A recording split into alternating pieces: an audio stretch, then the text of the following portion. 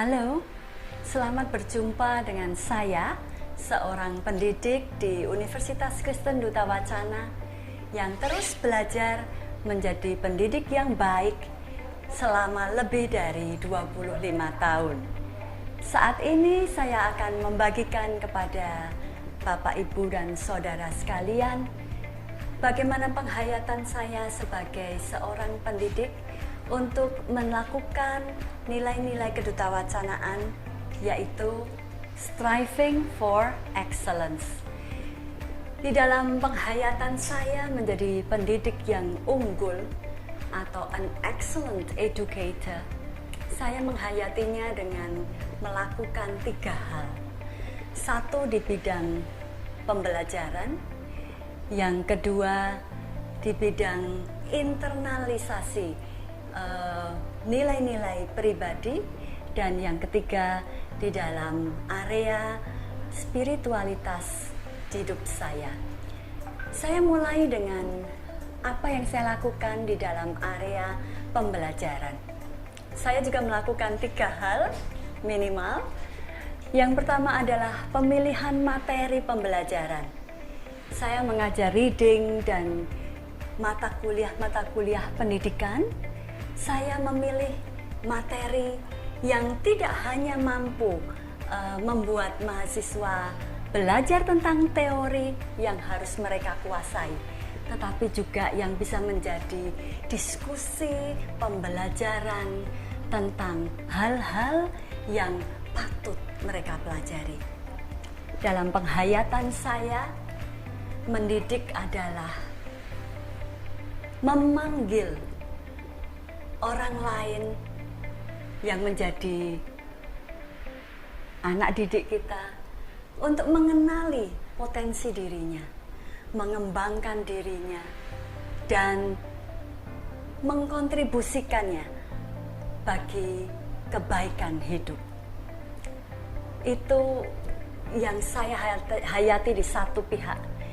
Di pihak yang lain ada kepercayaan juga bahwa kalau kita melakukan tugas kita sebagai pendidik dengan sebaik-baiknya, maka kita pun sebagai pendidik akan terkembangkan kemampuan dan potensi dirinya, serta mampu memberikan kontribusi bagi kebaikan hidup.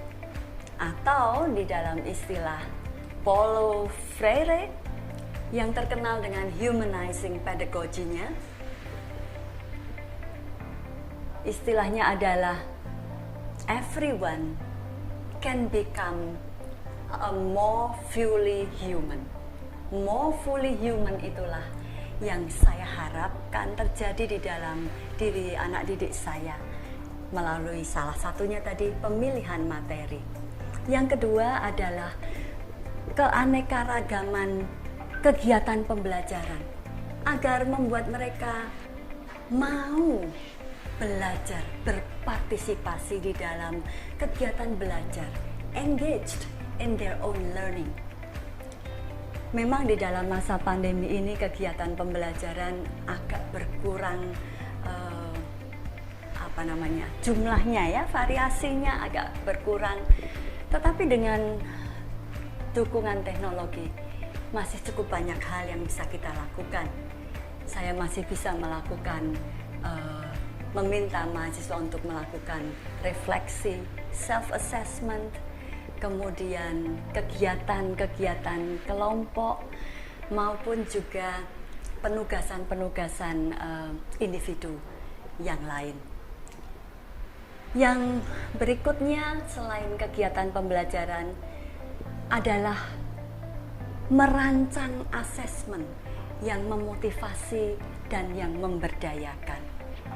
Saya dan rekan-rekan di Prodi Pendidikan Bahasa Inggris menemukan bahwa bila kita memacu mereka untuk mengolah higher order thinking skills mereka, cara berpikir yang cukup kompleks, mereka biasanya juga akan mampu terkembangkan.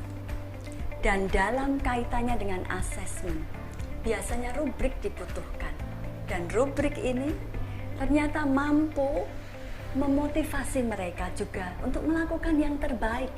Karena mereka tahu bahwa untuk mendapatkan nilai yang terbaik, mereka harus melakukan ini.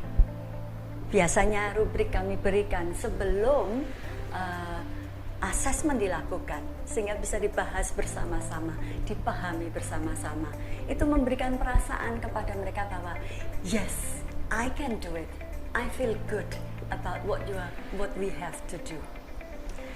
Nah, kalau ada hal-hal yang bisa saya lakukan untuk melakukan yang terbaik di dalam pembelajaran, yang kedua adalah di dalam internalisasi diri. Saya juga harus menjadi pendidik yang terus belajar, memberi kesempatan pada diri untuk terus berkembang.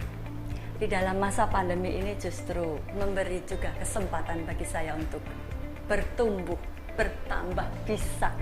Saya menjadi lebih mampu menggunakan Zoom dengan berbagai fungsinya. Saya bisa menggunakannya untuk membuat video asinkronus bagi mahasiswa, ataupun mengelola pembelajaran secara sinkronus dengan memanfaatkan fasilitas polling dan breakout room di dalam Zoom. Yang ketiga, sebagai pendidik yang unggul, saya juga berusaha untuk mengaitkan tugas saya dengan kehidupan spiritual saya, yang sangat mempengaruhi saya, mendorong, menguatkan, meneguhkan saya sebagai pendidik adalah pesan dari Yesus di Matius 25 yang mengatakan bahwa segala sesuatu yang engkau lakukan bagi saudaraku yang paling hina, engkau lakukan untuk aku. Pesan ini yang memotivasi saya untuk terus melakukan yang terbaik yang saya bisa for the master teacher. Dan juga pesan itu yang membuat saya tidak semena-semena kepada mahasiswa, karena saya tahu apa yang tidak saya lakukan untuk mereka yang pada saat jengkel saya anggap sebagai seorang yang hina. Itu tidak saya lakukan juga untuk Yesus. Jadi ini mendorong saya, menguatkan saya, dan mengkonfirmasi panggilan saya sebagai pendidik. Pada akhirnya ada banyak hal sebetulnya yang justru saya terima dan menjadi bagian dari perkembangan hidup saya, yaitu kisah-kisah bagaimana mahasiswa yang sempat saya didik menjadi more fully human. Saya ingat ada seorang bekas mahasiswa saya yang dulu pada awal-awal semester di UKDW kesulitan sekali belajar bahasa Inggris. Kami, para dosennya, berusaha mati-matian untuk mencoba menolong dia mengembangkan kemampuan berbahasa Inggrisnya. Juga kami libatkan teman-teman mahasiswa ini untuk membantu di dalam belajar sebagai mentor. Untung mahasiswa ini juga sadar bahwa dia perlu mengembangkan diri, sehingga dia rela memberi tenaga dan waktu untuk mengerjakan tugas tambahan dari kami. Dan pada akhir semester ketika kami semua melihat nilainya dia, kami semua sangat kagum dengan perubahan, peningkatan kemampuannya. Meskipun dia masih kalah dibandingkan teman-temannya, tapi kami memberi dia pin untuk menghargai betapa semangat juangnya, upayanya untuk terus belajar. Itu membuat dia mampu menjadi orang yang jauh lebih baik. Tapi cerita tidak sampai di situ berhenti. Ternyata mahasiswa yang ketika lulus S1 bertemu dan berbincang, dia bercerita bahwa pengalamannya berjuang belajar bahasa Inggris di awal semester itu tidak hanya mengembangkan dirinya secara kognitif, tetapi juga mempengaruhi pengembangan spiritualitas dirinya. Dia mengatakan bahwa selama studi, apabila dia menghadapi kesulitan yang hampir mematahkan dia, yang dia lakukan adalah berjalan di sepanjang lorong tempat di mana dia dulu belajar di kelas. Dia hanya perlu mengingat kenangan di mana ada orang-orang yang dihadirkan Tuhan di sekitarnya dia, di sekitar dia untuk menolong dia.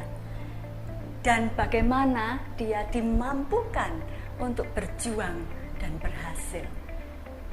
Menurut dia, mengingat itu semua membuat dia lebih tabah, punya semangat untuk menghadapi kesulitan yang harus dia tanggung dengan lebih tegar.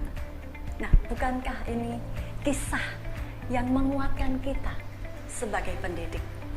Bahwa seandainya saja apabila kita melakukan tugas dan panggilan kita sebagai pendidik dengan sebaik-baiknya, striving for excellence in education, maka baik mahasiswa yang kita didik maupun kita sebagai pendidik sama-sama bertumbuh to become more fully human. Mari kita terus bersama melakukan striving for excellence. Tuhan memberkati.